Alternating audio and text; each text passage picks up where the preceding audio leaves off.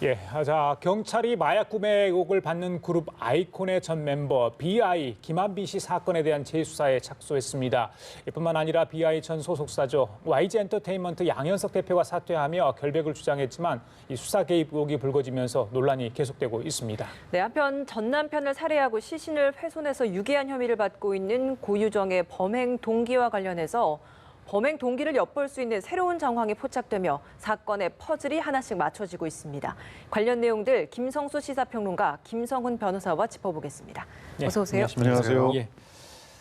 자, 버닝썬 사건이 워낙 충격이 컸는데요. 마약 관련 얘기가 계속 나오다 보니까 네. 저희들도 사실 언급하기 조금 껄끄러운 면도 없지 않아 있습니다. 이렇게까지 뭐 연예계 물론 사실 확인이 필요합니다만 예전에 수사했던 부분도 미진하다 이런 얘기가 계속 나오고 있고요. 일단 BI 이야기 좀 하겠습니다. 그룹 아이콘의 전 멤버죠. BI 이야기 좀 할게요. 경찰이 16명의 수사관을 투입해서 특별수사팀을 꾸렸습니다. 3년 전 사건인데 재수사를 하게 됐다고 합니다. 재수사하게 된 이유가 있죠? 네, 그렇습니다. 지금 공익제보자 기본적으로 하나의 참조 사항에 불과하고 수사기관으로서는 직접 수사를 해가지고 범죄 사실을 확정을 했어야 하는 것입니다. 근데 단순하게 진술이 나왔다가 번복됐다는 이유만으로 어떠한 소환 조사도 안 하고 수사가 이루어지지 않았다는 부분에서는 굉장히 문제가 있고요. 그래서 이거는 단순하게 마약 범죄라기보다는 경찰이 특정 기업과 연관돼가지고 유착해서 수사기관으로서의 기본적으로 해야 하는 공정한 수사 절차를 위배했다는 점에서 굉장히 큰 문제점이 유발될 수 있는 그런 사안이다 볼 수 있습니다. 예, 좀 언급을 해주셨던 그 부실 수사 논란이 사실 버닝썬 사태부터 좀 계속 이어지는 대목이라서 더 주목되는 것 같습니다. 경찰과의 유착 관계가 포착된 혐의 부분이 있잖아요. 어떤 부분이 있습니까? 뭐 지금 이제 함께 그 국민권익위원회 그 신고를 한 지금은 이제 피의자가 아니라 제보자죠. 제보자의 변호사가 적극적으로 문제 제기를 하고 있는데 실제로 모든 카톡 메시지 등등을 갖다가 분석을 해서 특정한 사람을 놓고 거기에 대해서 사실관계를 다 추궁을 했다는데 조서에는 그 내용이 빠져 있다는 거예요. 그리고 더 충격적인 것은 이제 나중에 경찰은 실제로 그런 얘기까지 했습니다. 또 다른 보고서를 만들어서 그것을 검찰에 제출을 했다. 그런데 검찰도 그 제출돼 있는 또 다른 보고서를 이제 뭉갰다. 이런 얘기가 나오고 있어요. 그러니까 서로가 뭐 경찰과 검찰이 책임을 떠넘기고 있는 정황으로 볼 수도 있지만 만약에 이 두 가지 사실이 전부 다 사실이라고 한다면 유착은 경찰만의 유착이 아니다. 지금 검찰도 지금 여기에 유착되어 있는 건 아닌가 의심해 볼 수 있을 만한 강력한. 왜냐하면 경찰이 분명히 수사를 했는데 여기서 관련돼 있는 이런 상황들이 나오는데 소환 조사도 안 했어? 검찰이 당연히 수사 지휘권을 발동해서 지휘를 했었으면은 당연히 BI를 조사를 했어야 되는 거거든요. 그런데 그런 조사도 되지 않았다. 그래서 결과적으로는 이 두 기관이 그 사정기관 두 군데가 전부 유착이 됐을 가능성도 있어서 이 부분에 대해서 어떻게 서로가 신뢰 회복을 할 것인지가 주목이 되는 상황입니다. 예, BI의 마약 무마, 경찰과 YG 측의 유착 여부, 또 부실 수사 논란. 또 하나가 이제 양현석 전 대표의 회유 협박설 아니겠습니까? 이 부분에 대해서 경찰이 좀 수사를 하겠다고 하는데 양현석 전 대표가 어땠다는 이야기입니까? 제보자가 한 이야기가 있지 않습니까? 네, 지금 인터뷰 내용들을 토대로 보면은 이제 진술의 내용을 번복해라라고 이야기했을 뿐만 아니라 이제 공익 제보자의 변호인을 선임해 줄 것이니 자신의 취지대로 이제 진술을 할 것을 요구하고 강요했다라는 것이 주된 내용이고요. 여기에 대해서 이제 양 전 대표 측은 강하게 부인을 하고 있는 상황입니다. 사실 이제 이거 협박이나 강요라든지 이런 부분들이 어떻게 보면 진술 상대방 서로 간에 둘만 있는 공간에서 이루어졌을 가능성이 높기 때문에 구체적인 혐의 입증은 어려울 수가 있고요. 그러나 이제 협박을 통해서 권리 의무 없는 일을 하게 하거나 어떤 권리 행사를 방해한 경우에 강요죄가 성립이 될 수가 있습니다. 그래서 이런 경우에 강요죄 혐의로 수사가 될 수가 있고요. 다만 이제 좀 보도된 내용에 따르면은 범인, 은닉, 도피죄도 적용이 될 수 있다라는 이야기가 있는데 현재 이제 판례상으로는 단순하게 허위 진술을 한 것 자체만으로는 범인 은닉죄가 성립이 안 된다고 되어 있고요. 이것의 하나의 전제가 바로 수사기관으로서는 허위 진술만을 믿고 수사를 안 하거나 수사를 하거나 그렇게 하면 안 되고 직접적인 수사 의무가 있기 때문에 그것을 이행하지 않았다면은 그것으로 인해서 바로 범인 은닉의 결과가 발생할 수 없다라고 보는 판례가 형성이 되어 있습니다. 그래서 지금 상황에서는 이제 특히 강요죄 부분에 대해서 수사가 집중적으로 진행이 될 것이고요. 아까 평론가님께서도 말씀하셨지만은 이것이 과연 경찰과 그리고 공익제보자 사이에 일종의 사실관계에 대한 다툼이 벌어지고 있습니다. 과연 그런 조사 내용이 검찰에 대한 수사보고 과정에서 혹은 송치 과정에서 누락이 된 것인지 아닌지 여부부터 다투어지고 있기 때문에 예. 그런 내용에 대해서도 어떤 조직적인 유착이 있는지 꼭 검토가 되어야 한다고 생각합니다. 그러니까 강요죄를 입증을 해야 하는데 혐의 입증이 지금 어려운 상황인 거고 당사자인 양현석 대표는 지금 강하게 부인을 하고 있는 상황인 거잖아요. 네, 그러면 그렇습니다. 이 혐의 입증을 하기 위해서는 좀 어떤 부분이 필요한 겁니까? 네, 지금 사실 당사자가 두 사람이지만은 꼭 두 사람이라고 볼 수 없는 부분들도 있습니다. YG 사측 내부적인 어떤 문건들도 검토해 볼 필요가 있고요. 예. 또 이제 가장 핵심적인 키 인물이라고 할 수 있는 사람이 지금 공익제보자 쪽에서는 당시에 변호인을 YG 측에서 선임을 해줬다. YG 측에서 변호인을 선임했을 뿐만 아니라 사실상 일종의 감시자처럼 대동했다라는 그런 주장을 하고 있는 부분들이 있습니다. 예. 물론 이제 변호인의 어떤 비밀유지 특권을 이유로 이제 진술을 거부할 수도 있지만은 당시에 이제 변호 과정들이 어떻게 진행이 되었고 어떤 내용들이 오갔는지를 다른 참고인을 통해서 또 조사해 볼 수 있는 부분이 있다라고 생각합니다. 일단 YG 엔터테인먼트 측이 이번 사건 관련해서 책임을 지는 모습은 보였어요. 또 형제죠. 일단은 자리에서 물러나기를 했는데 연예계에서 좀 충격이 있을 것 같아요. 그동안 YG가 걸어온 길을 보면 글쎄요, 뭐 한국 한류 또 K-팝에 대한 공헌한 부분도 분명히 있어 보이는데 지금 연예계 쪽, 업계 쪽 반응은 어떻습니까?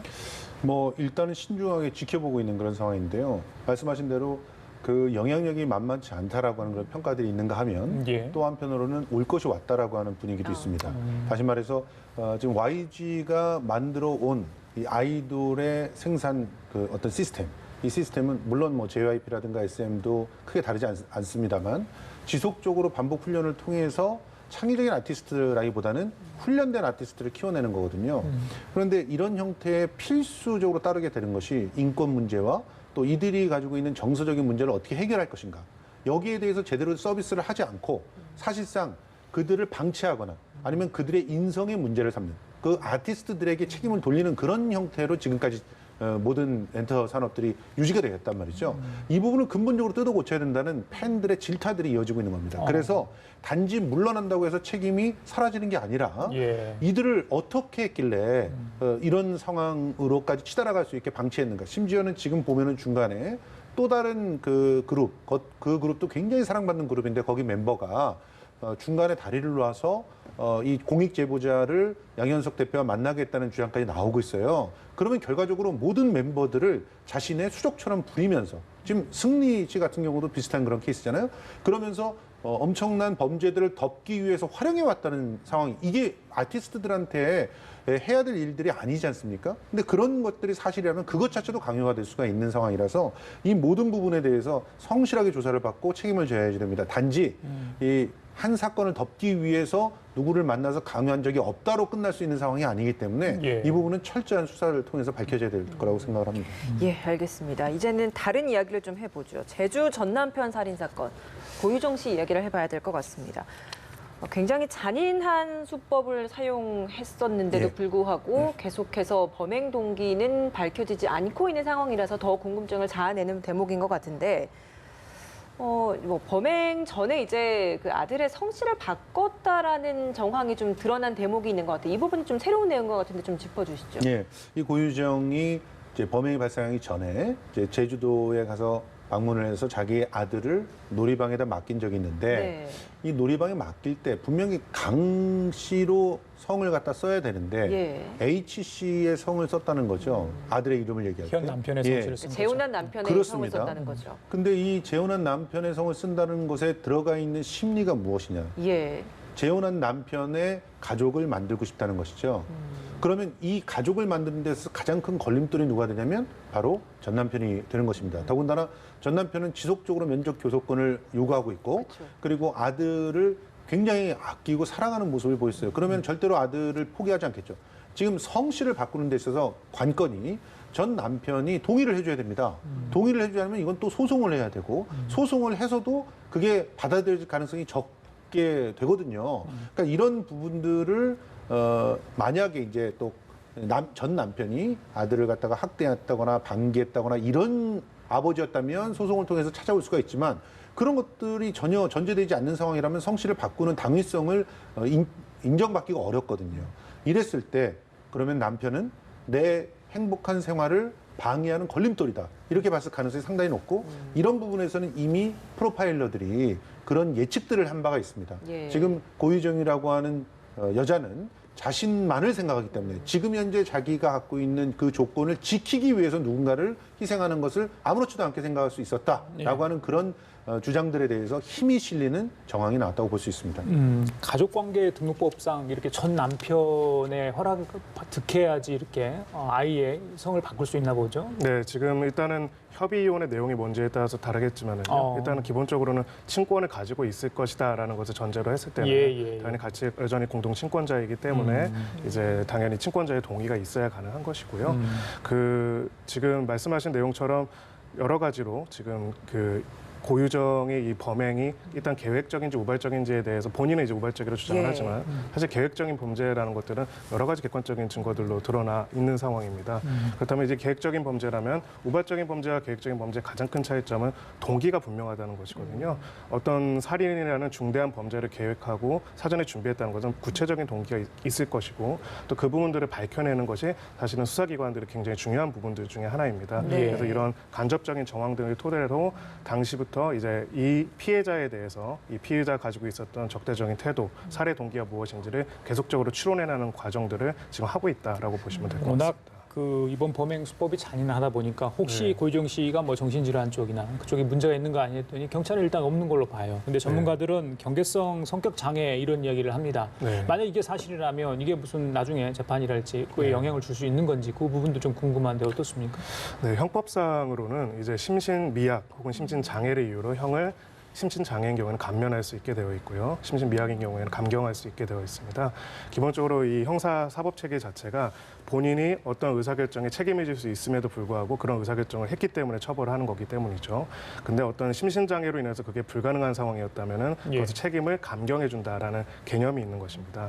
다만 이제 좀 용어에 있어서는 조심스러운 부분이 있는 게요. 우리가 반사회성 성격장, 인격장애라는 표현도 쓰고 예. 또 뭐 경계성 성격장애 이런 표현을 쓰는데 예. 이 장애라는 것이 형법에서 말하는 심신장애, 그 장애와 동일한 장애는 아닙니다. 그러니까 책임을 당연히 그로 인해서 감경해야 한다고 볼 수가 없고요. 예. 또 지금 뭐 경계성 성격장애 얘기가 나오기는 하는데 사실은 경계성 성격장애의 과도한 의존성과 극단적인 심리의 불안정성 그리고 보통 그 폭력성이 자기 자신한테 발현되는 경우가 굉장히 많기 때문에 예. 이걸 어떤 특정한 심리장애로 저희가 묘사하기보다는 복합적으로 이제 성격 장애가 있다라고 볼 수 있다는 정도가 맞지 않을까라는 생각이 들고요.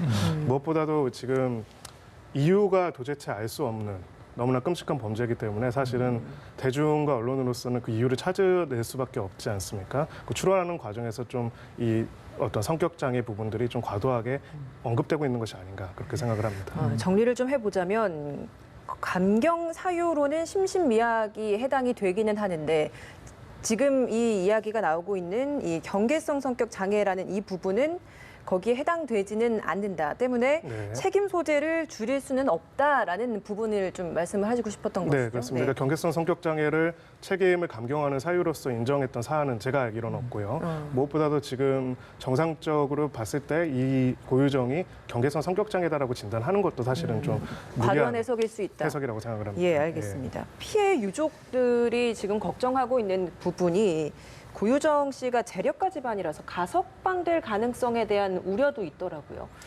뭐 여러 가지 걱정들을 하고 있습니다. 그 중에서도 지금 시신이 전혀 발견되지 않아요. 시신이 전혀 발견되지 않는다면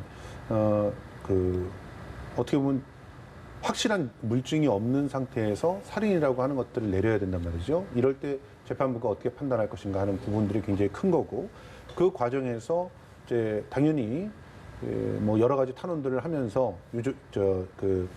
가해자의 가족들이 노력을 하게 될 거란 말이죠. 그럴 때 받을 수 있는 그런 상처들, 이건 뭐 이루 말할 수가 없는 것입니다. 그래서 예. 실제로 지금 경찰 같은 경우는 뭐 오른손도 증거 보전 신청을 하고 뭐 이러면서 뭐 여러 가지로 노력은 하고 있습니다만 무엇보다도 시신의 일부가 정말 제대로 나와서 어떠한 상태로 지금 살해가 이루어졌는지를 정확하게 좀 짐작할 수 있게끔 하는 물증이 좀 나와줘야 되는데 이 부분이 굉장히 클 것이고요. 그리고 이후에 또 뭐 의붓 아들에 대한 의문사 문제도 과연 어떻게 밝혀지는지에 따라서 그런 부분들이 총체적으로 판단이 될 가능성이 높습니다. 근데 의붓아득까지 의문사한 것이 고유정의 그 어떤 살인이었다라고 하는 게 밝혀진다면 가석방이나 이런 것들은 거의 힘들어질 상황들이 만들어질 것 같다라고 봅니다. 예, 평론가님 말씀 미스터리한 부분이 너무 많다. 그 부분이죠. 특히 이제 관심이 고유정 씨가 오른손에 증거 보정 신청한 거 이게 성폭행을 하니까 네. 방어를 하기 위해서 했다. 뭐 네. 이런 주장을 아니겠습니까? 네. 그러면 생겼다는 주장인데 네.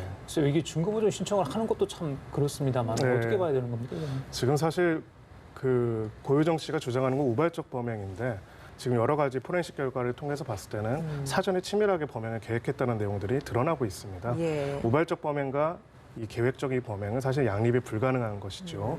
그리고 증거보전 신청이라는 거는 일단 기소가 돼서 공판 절차가 진행된 다음에 증거조사가 법정에서 벌어지는데 그 전에 사라질 수 있는 증거들이 미리 보존해 놓는 것이라고 보시면 예. 됩니다. 예를 들어 손 같은 경우에는 지금 방언으로 뭐 부상을 입었어도 자연 치유가 될 것이기 때문에 그 전에 그런 내용들을 증거보전 신청을 통해서 확보해 놓는다라는 취지인데요. 근데 문제는 이제 아무리 그 방어훈으로 추정이 되는 자신이 주장을 하더라도 이제 그것과 자신이 치밀하게 계획적으로 범행한 것 사이에는 사실은 양립이 불가능한 부분들이 있기 때문에 예. 그렇고요. 지금 내용에 따르더라도 고유정 씨가 처음에 변명해서 주장했던 내용들, 뭐 수박을 썰고 있다가 갑자기 성폭행하려 해서 방어하다 칼을 휘둘러서 사람이 죽었다. 사람이 그렇게 칼을 살짝 휘둘렀다고 해가지고 죽는 것도 아니고요. 또 지금 문자를 보낸 걸로 나와 있는데요. 피해자의 명의의 문자를 보내서 뭐 성폭행 사실 신고하지 말아줬으면 좋겠다라고 하는데 이 보도 두 가지 내용만 보더라도 양립이 불가능합니다. 예, 갑자기 우발적으로 예. 방어하다가 사람을 죽였는데 죽은 사람이 어떻게 문자를 보냅니까? 그래서 사실은 이런 내용들을 봤을 때는 지금 이렇게 계속 자신이 범행 동기나 계획적 범행 사실을 감추기 위해서 노력하는 것들이 오히려 양형적으로는 더 높은 형을 선고받을 수 있는 가능성을 높일 것이다. 그렇게 생각합니다. 시신이 없어도 그러면 이런 데 있어서 유죄 처벌은 가능하다라고 보신다는 거죠? 네, 지금 대법원 판례에 따르면은 시신 등 직접적인 증거가 없더라도 간접적인 증거를 통해서 범행 사실이 충분히 인정이 되고 합리적 의심의 여지가 없이 인정이 된다면은 살인 사건의 범죄를 유죄로 인정될 수 있다고 보고 있고요.